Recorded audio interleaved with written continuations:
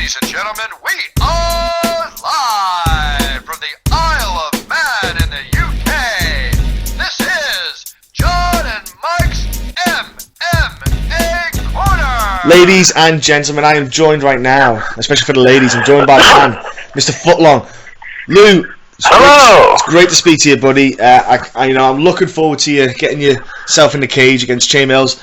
Awesome fight, headline act at Cage Warriors this weekend. Now, before we talk about that fight coming up, let's talk about your last one, the Ryan Scope fight. Now, dude, that was a fantastic fight. You know, it didn't last 15 minutes, but that's what made it so incredible. Like, it was, for you, that must have shown you a lot, that in your sense that you can take it, and you were able to, you look so composed. I'm sure in your head you were thinking, I don't like this. But you showed such good maturity. Can we go back to that if you don't mind? Like the head kicks, you know, the snap kicks landing, and just those kind of wobbly moments. To talk us through that if you don't mind. If you trained in the gym, you know there's nothing more annoying to me than slap kicks. I think if you're gonna fucking kick me, then kick me properly. If it was anything more than a slap kick, I'd have seen it coming. So yeah, you know, but. Yeah, it did sting me, and I just thought in my head, you fucking should have knocked me out with that, because now I'm going to have to kick your ass. That's all I thought. I said, mate, you've done it now, haven't you? You've done it now. I mistimed the shot. I didn't get tagged, just got I got hit as I was going down. I wasn't even marked or anything. I was just mistimed the shot, and it looked like, from the footage, I got, dropped a bit, but I didn't really. It's just the only danger I felt was when I was in turtle and I was getting punched to the back of the head. I mean, I had to move. Yeah. Otherwise the fight was going to get stopped, but I couldn't risk lifting my head up because it got ricocheted off the canvas and the ref would have stopped it. Yeah. So that was my only trouble, was just taking them shots to the head, back of the head. That is the toughest position, turtle, because you like you said, it's a dangerous place to get up because it can lead to anything. As in, it could lead to you getting cracked in it. You're exposing your head a bit more, your neck even. So it's probably one of the in MMA anyway. It's a very dangerous position because you've got to get up in the right. You've got to time it in a way. You've got to kind of coax them in to throw the punches to get that gap so you can jump up. And you did it fine, you got the win, and you got that choke in, and that was a beautiful choke, by the way. It was very smooth the way you sunk that in so quick. You got under that chin, I was brilliant. I thought you were going for the control you had. I was looking at it as well, watching it as almost like a truck control with your legs and stuff. But man, that was sublime submission work, and you've always had a strong ground game, which you don't need to use that much because your striking's coming on. And you've done a bit of boxing lately. Is this something that you wanted to work on specifically or something? No, I've right. This is funny, right? When I was back in amateur and stuff like that, I was knocking people out and stuff like that. And I've always been like a Muay Thai, kickboxing sort of background, right? And I've only ever loved to stand, right? And it's all I want to do now. And I've been working with Gary Lockett I've been working Thai boxing, God knows how, since 18, 19. But I just keep ending up on the floor. I want to stand up. It's just, it comes, but, I always work on my weaknesses, and I think I'm just a bit too, bit front foot heavy at the minute, going forward too much instead of being a bit more composed and relaxed, but, I always want to stand up. I was going to say, because I see like your social media, your Instagram, your Snapchat, etc. And that's what I mean. I noticed that the striking that you're doing. Also, because you've been a Welshman, when you saw Jack Marshman, Brett Johns, they're in the UFC. Do you feel now that there's a bit more of a focus on the Welsh MMA scene due to these lads going in there? Do you feel like there's a bit of a more focus on, for example, people like yourself? You get more notice or notoriety due to the fact that those Welsh guys are in. People are going to look a bit more at the Welsh kind of scene. Do you feel that at all? Yeah, well, I like to say, rising tide raises all boats. And us being a little country down here, Wales, now we finally got the likes of Brett and Jack and John Phillips signed. I mean, I can't see why now we don't get some more talent in there. And you get, myself, just to show, to get on there and showcase, what the Welsh are really about. And I imagine when I get there, they're gonna fucking love me because I'm a bit of a, I think we all know what I'm like.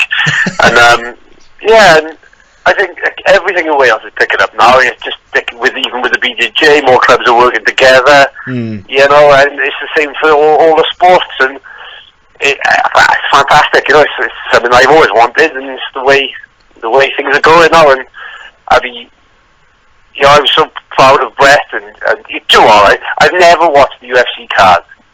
Never watched UFC. Right, Ricky Wright will stand for this. I've never watched UFC.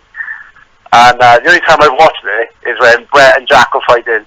The Belfast card. Oh, yeah. Yeah, the Belfast card, and when Jack fought last. The only times I've ever watched it. I tell you, Lou, I was there at the Belfast card, and I saw Brett and Jack. I saw them all before the fights during the week. But I tell you what, I went down to congratulate. I was congratulating Brett as well down after the fight as the fighters walk out, and just with an embrace, and it was just an emotional moment. It was just incredible, because following the guys outside of the UFC, and you follow them into it, and you see them reach that kind of dream that they've made it to the end of the win. It was something else. It was an incredible feeling, and I'm sure for being a Welshman, like you say, that's what I love about this. Even though there's guys in different clubs in Wales, there's such a support network with each other. It's second to none. Yeah, it's great, and it's finally some of the boys are in there. They're doing so well. I mean, Marshman, I thought he had that last fight. I thought he was coasting it. He did so well. Fucking damn, that round was his. That's fighting. Yes. Now, your fight against Che Mills. Now, Che Mills, we know, former UFC guy. He's tried middleweight, welterweight. He's jumping up and down. He's having a little play around himself. But this is a fight for you. I feel it can really cement your place as one of the top European welterweights with a name like Che Mills because of who he is, and I'm sure your preparation's gone fine. I'm sure you're ready to take this on, but all that aside, I think getting this win will really kind of make everyone stand up and go, Lew Long is a man to look out for in this welterweight division outside of the UFC. Yeah, I mean, I believe I am. I just, that's crazy, but I just a man in Wales is crazy. Think I was 28, 29 a year or two ago in the rankings or whatever rankings they were, and all of a sudden, a couple of wins and I'm propelled right up there. And now people, I'm privileged that people want me in UFC. It's amazing, and I've beaten Che. He's been to the heights. And I'm gonna beat him. I'm gonna look good doing it. And people are gonna say, "Damn, he's good." I think the styles make for the kind of stand-up fight you want as well. You want a guy that'll stand, researching Chael from I've already watched him from the past, but he's the kind of guy that won't just start the fight to look for the takedown. He'll try to look for that stand and bang kind of thing. He'll get a feel for it, and I kind of feel that suits you. That's like you say, that's what you want. You want to knock people out, and it's a kind of good recipe. Yeah, it could be the perfect storm for Long over here.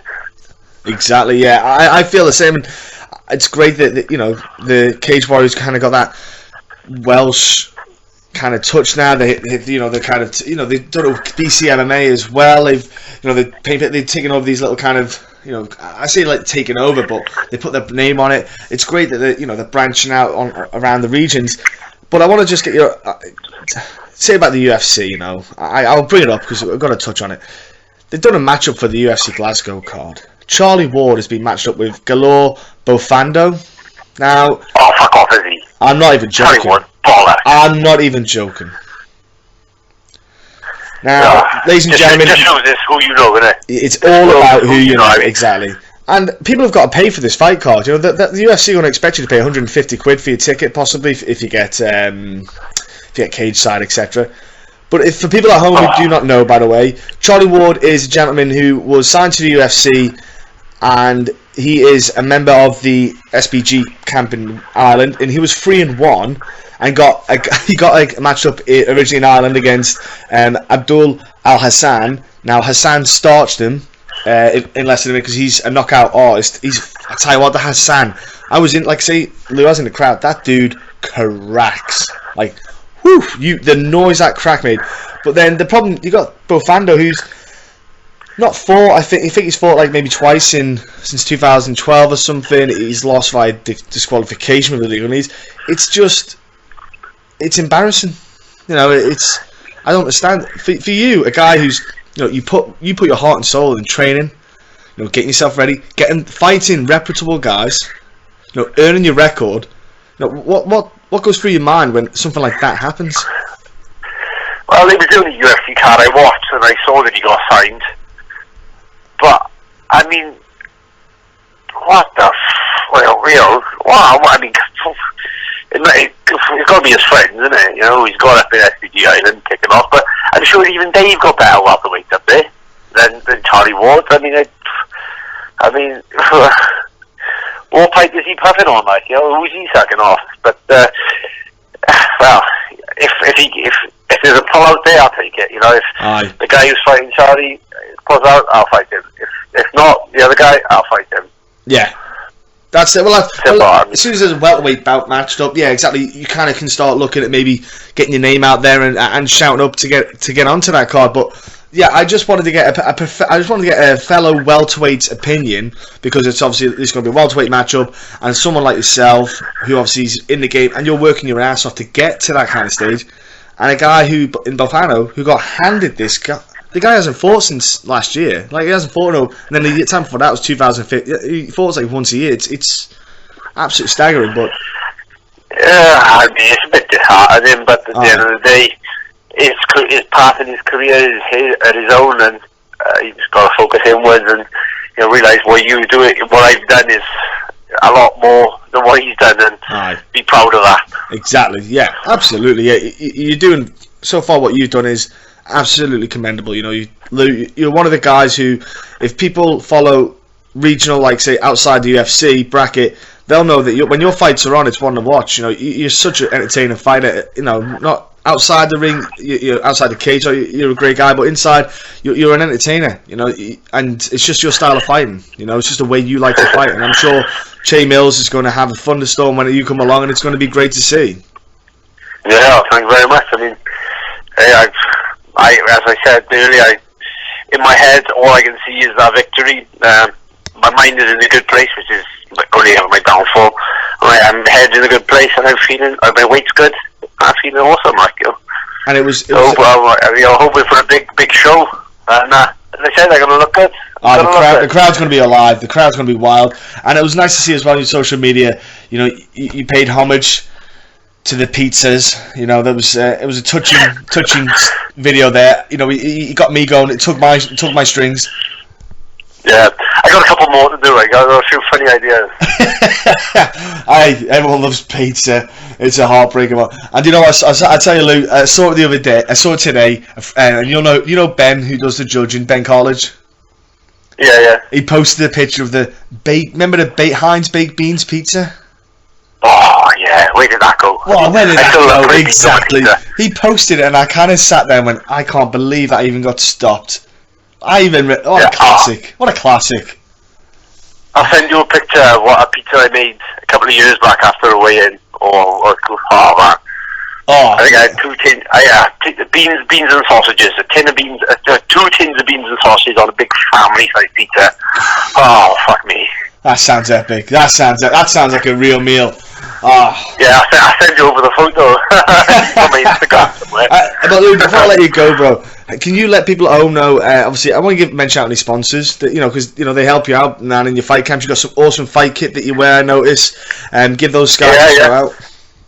I mean, in all honesty, this fight wouldn't have happened without the help from the sponsors, because obviously the medical's now introduced, which is great, and the safety of fighters is first.